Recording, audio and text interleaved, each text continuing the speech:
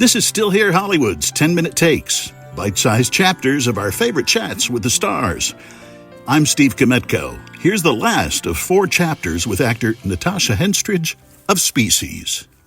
What's the best piece of advice you got about Hollywood?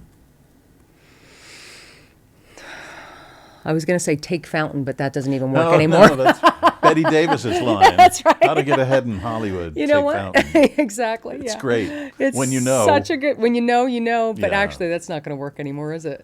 It's busy everywhere now. Yeah. There's no driving around, no getting anywhere. I know, Very cute. I only come back here about once a month, and I'm so surprised at the number of buildings that have gone up in Hollywood. Yeah. You know, there's the Godfrey Hotel, and there's other buildings, high-rises in that area. Yeah. The Jack in the Box I used to go to is all boarded up. Oh. So. Yeah, it's changing, constantly changing, isn't it, LA? Yeah.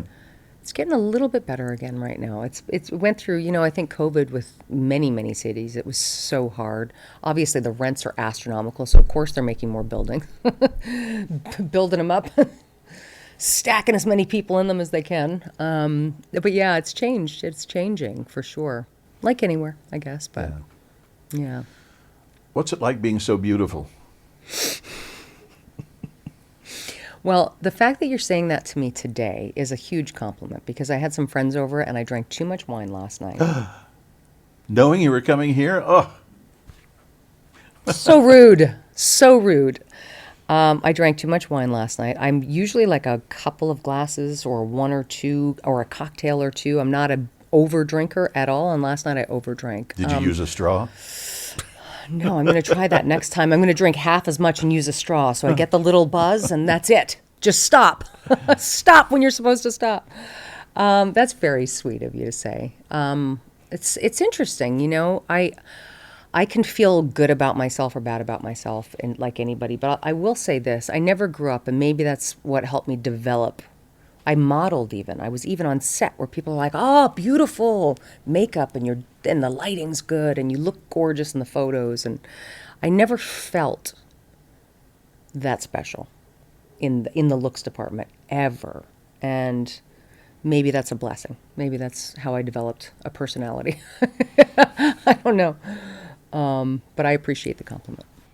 And I look back. It was sincere. I do look back and I do go, you were cute. You didn't know it at the time, but you were cute.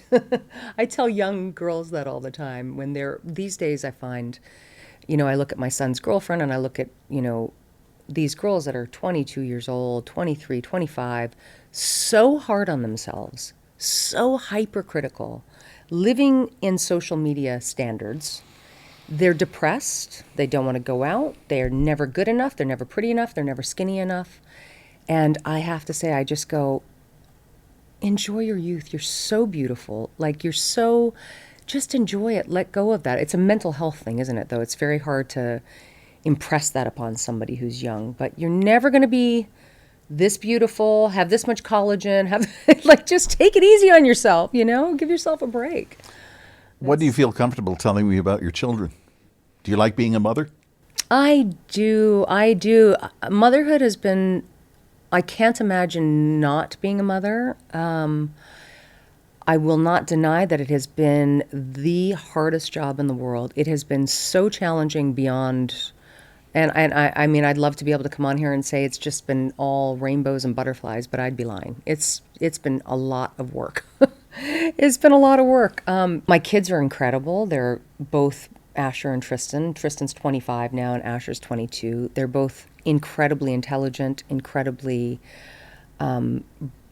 bright kids, curious kids. They want to live. They live very different than I am. They're very, very different. They're much more private. They don't like to be in social situations at all. I think some of that's COVID. Some of that is because we traveled around the world and they were quite social as youngsters. Now they're very quiet, very much more to themselves. It's so interesting.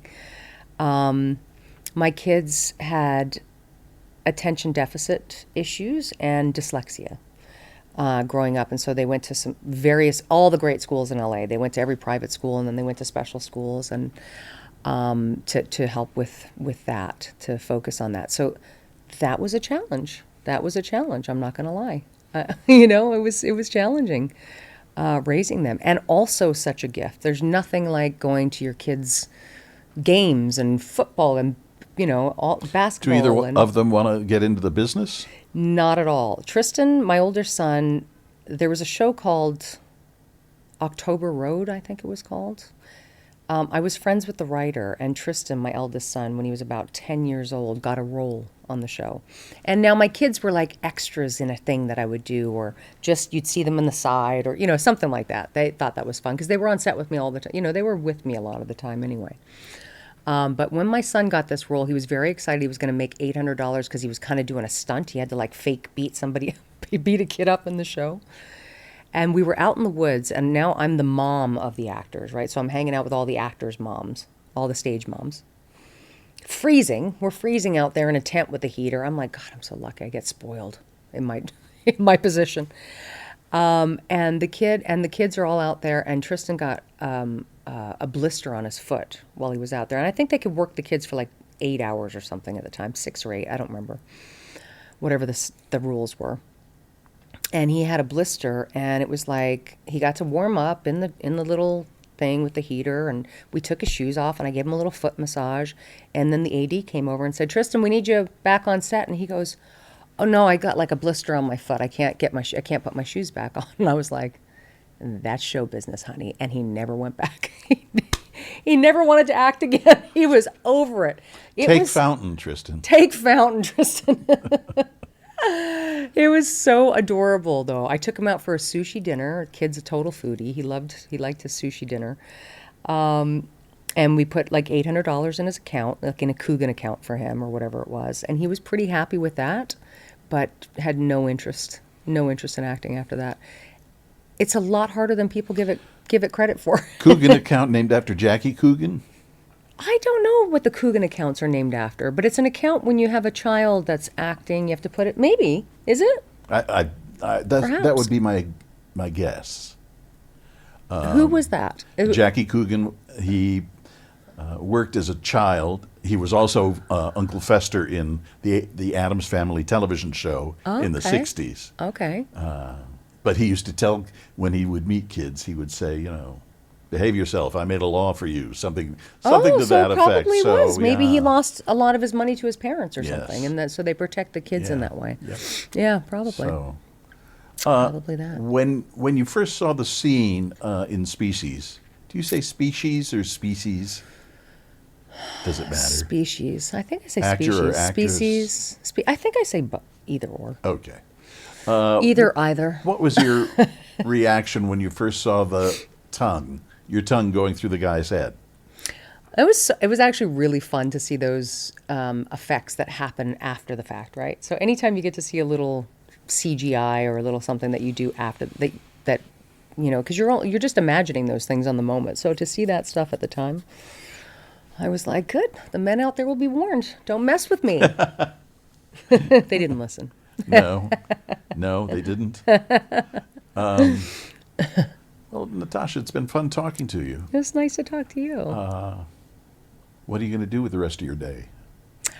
Recover from your wine? I'm actually taking my guy out on a date. So we kind of like do date nights on the weekends, and sometimes he takes me, and sometimes I plan something for him, and it's a surprise, and I can't say it right now because he's here. Okay. Can't do it. Don't listen, BB. Don't listen, boo-boo. Boo-boo, I'm sorry. BB, boo-boo, Tomato. Thanks, Natasha. Thank I appreciate you. it. Thanks for coming by. You really are still here. See? Yes. You're for still today. Here. You're still here. I go back to Chicago on Monday. You do? So the cold didn't deter you too much? No. It's just too much to move. I feel the same All way. this stuff I collected. What was I thinking? I feel the same way. Just start getting rid of it. It's funny. When my mother passed away, she was 98.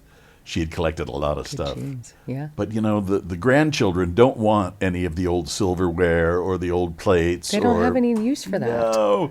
Yeah. And I kind of took a lot of it in, thinking at some point they'd come to their senses. But no. But they still haven't. No. I think as they get older, they're going to appreciate those things more. I feel like it takes a long time for kids these days to appreciate the things that, and obviously things have changed and people are minimalists now and nobody wants anything extra and it's all about having less and being cooler, and which is cool, which I like. I appreciate that. But yeah, you're right. We save these things and it's like, my kids are just going to be I'm going to be 6 feet under. My kids are just going to be throwing everything out anyway. So I do a lot of that as I go now. I'm just getting rid of stuff all the time. I've got to learn that practice. Let it go. My nieces are all in their 50s. Okay. So, and one is in her 60s. She's going to kill me because she watches regularly. So I think they've kind of reached everything they want. They've accumulated what they want. Right. And they don't want more. Right. So now it really is time to get rid of it. Yes. Yep. What's her name? Maria Kondo? Maria Kondo? The one who's like, if it doesn't bring joy, spark joy, get rid of it. If you haven't touched it in over a year. Get rid of it. I know, but if you're sentimental. I am. I am too. I have to say, there's a lot of things in my garage that I haven't touched in over 20 years, but I'm sentimental and I go, one of these days, my kids will go through this stuff and they can throw it out then, but at least they'll see it. But I have boys, they're not going to go through that. They'll be like, take it all. I'm out of here. Thank you. Nice to meet you. Still Here Hollywood is a production of the Still Here Network. All things technical run by Justin Zangerle. Theme music by Brian Sanishin. And executive producer is Jim Lichtenstein.